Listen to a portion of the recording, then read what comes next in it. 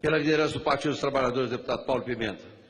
Em primeiro lugar, senhor presidente, eu quero dizer aos senhores e às senhoras que ontem nós estivemos em São Paulo, mais de 20 integrantes da nossa bancada, tivemos um encontro com o ex-presidente Lula, onde levamos ao presidente a nossa solidariedade, o nosso apoio, e depois tive a oportunidade, junto com o deputado Vadi, o deputado Paulo Teixeira, de participar lá no Fórum da Barra Funda, num ato importante, com a presença dos movimentos sociais, dos sindicatos, dos trabalhadores, das trabalhadoras, da juventude, que era um ato muito mais do que um ato em defesa do Lula, era um ato em defesa da democracia, um ato em defesa do Estado de Direito, um ato que representa todos aqueles que no Brasil, a cada dia, senhor presidente, se insurgem contra a lógica deste momento que nós estamos vivendo. E quero aqui, senhor presidente, reafirmar aquilo que eu tenho dito. Eu entendo que todos nós, agentes públicos, ex-agentes públicos, estamos sujeitos às fiscalizações dos órgãos de controle, sejam eles do Tribunal de Contas, da Receita Federal, do Ministério Público, da Polícia Federal, seja de quem for. Isso está dentro das funções, das competências de quem nos fiscaliza e faz parte também das responsabilidades de quem exerce uma atividade pública. No entanto, senhor presidente, o que o Brasil assiste hoje não é isso. Porque se esta fosse uma conduta que a Polícia Federal, que o Ministério Público Federal adotasse como uma conduta de praxe, nós poderíamos considerar esta atitude como uma atitude republicana, merecedora do nosso respeito. No entanto, o que nós assistimos, senhor presidente, é um setor da Polícia Federal, uma parcela do Ministério Público Federal, aliado ao Poder Judiciário, a setores do Poder Judiciário, protegidos pela grande mídia, que transformaram o presidente Lula não numa pessoa que está sendo investigada, mas uma pessoa que hoje é perseguida. Ninguém, senhor presidente, ninguém, desde Getúlio Vargas, foi submetido a algo semelhante ao que o Lula é submetido. O Lula, a dona Marisa, os filhos, os amigos, são hoje uma espécie de troféu disputado pela postura infantil, não republicana, de delegados, de promotores, que buscam, talvez, os seus minutos de fama, abrindo as mais absurdas investigações. Seja por causa de uma antena de celular, um barquinho de R$4.000. Ontem parece que teve lá uma inspeção ambiental. Vira notícia de jornal o fato do caseiro ter dado um telefone, que era um advogado, que é o mesmo advogado. Ora, senhor presidente, isto cheira a ridículo.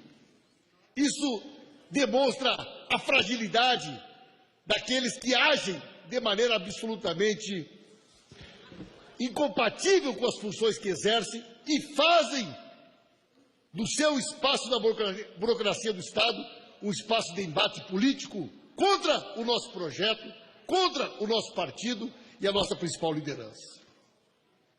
O que nós nos insurgimos, senhor presidente, e o que nós queremos aqui publicamente, mais uma vez, questionar os investigadores, as autoridades, é por que esses dois pesos e duas medidas? O ex-candidato a presidente da República, ex-governador de Minas Gerais, Aécio Neves, já foi citado 4 vezes. 4 vezes, senhor presidente, por delatores da Lava Jato. Mas, até agora, o doutor Janot não acha que seja importante abrir uma investigação. Por que o Aécio não é investigado? Por que outras pessoas que foram citadas por 1 ou 2 delatores, inclusive, estão presas, sem provas, sem julgamento, em Curitiba? Mas o ex-senador Aécio é protegido dessa maneira pela Justiça, pelo Ministério Público. Mas que interesses são esses, senhor presidente, que impedem que ele seja investigado e que tantas outras denúncias que surgiram nesse último período são tratadas de maneira seletiva entre aqueles que investigam e escolhem os seus alvos da sociedade? Agora, recentemente, fizeram uma ação num condomínio lá em Guarujá. E acharam lá imóveis que pertenciam a uma offshore, Mossack Fonseca. E no primeiro momento aquilo virou notícia, porque acharam que poderia ter algum petista ou alguém ligado ao nosso governo, proprietário de algum imóvel em nome dessa offshore. Inclusive, no primeiro dia, prenderam 2 pessoas dessa empresa. 2 pessoas que estariam ocultando provas, rasgando papéis. Dá-lhe um pouco, senhor presidente. O juiz se deu conta que não era o PT. A tal da Mossack Fonseca está em 40 países do mundo. É uma grande, como disse alguém, parindeira de offshores. E pasme, senhor presidente. Dali um pouco apareceu o triplex da Globo. E a Mossack Fonseca é sócia de uma empresa que é dona do triplex.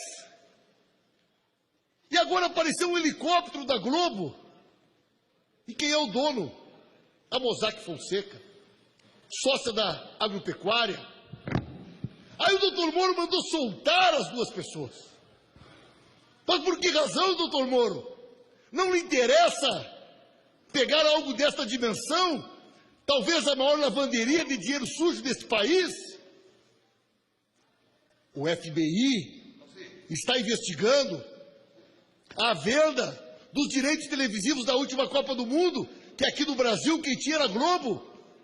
E parece que uma empresa das Ilhas Caimão, das Ilhas Virgens, tem nomes ligados a essa Mossack Fonseca. Isso não interessa ao Ministério Público Federal? E eu quero dizer aos senhores e senhoras que ontem surgiu uma entrevista que está dando muito o que falar no Brasil. Eu quero dizer aqui, eu não quero saber com quem o presidente Fernando Henrique Cardoso teve ou não teve relacionamento, se teve ou não teve filho, que tipo de relacionamento. Eu sou absolutamente contrário a essa história de trazer temas da vida privada para o debate político. Mas, senhor presidente, as informações que estão vindo a público precisam ser apuradas. Ao que parece, o nome de um cidadão que estava lá naquela Bracif, que ao que tudo indica era uma empresa que pertencia aos Morehousers, os antigos donos do PFL e dos democratas, é o mesmo nome que aparece nas empresas envolvidas no triplex, no helicóptero. Parece que há uma conexão e todos eles, de alguma forma, se relacionam, senhor presidente. E há uma suspeita que essas offshores foram o grande esquema de lavagem de dinheiro da época da privataria tucana. Mas será que nós estamos encontrando um caminho de relação da Globo com o esquema das privatizações, com o financiamento de caixa 2 de contas do ex-presidente, do PSDB? Mas se é verdade, ou se no mínimo há elementos que nos permitem pensar isso, senhor presidente, se existem elementos, por que razão o Ministério Público até agora não se manifestou? Por que razão a Polícia Federal não fez nada? Aonde está o doutor Moro, o xerife da Lava Jato, diante de fatos dessa gravidade que envolvem bilhões de reais das grandes empresas desse país? Então, senhor presidente, nós não temos problema nenhum em defender investigações republicanas, mas vamos denunciar todos os dias a seletividade e vamos buscar elementos para que, se esses órgãos de controle não fiscalizarem, o Congresso possa fiscalizar e trazer a público, à sociedade, a verdade que está sendo escondida.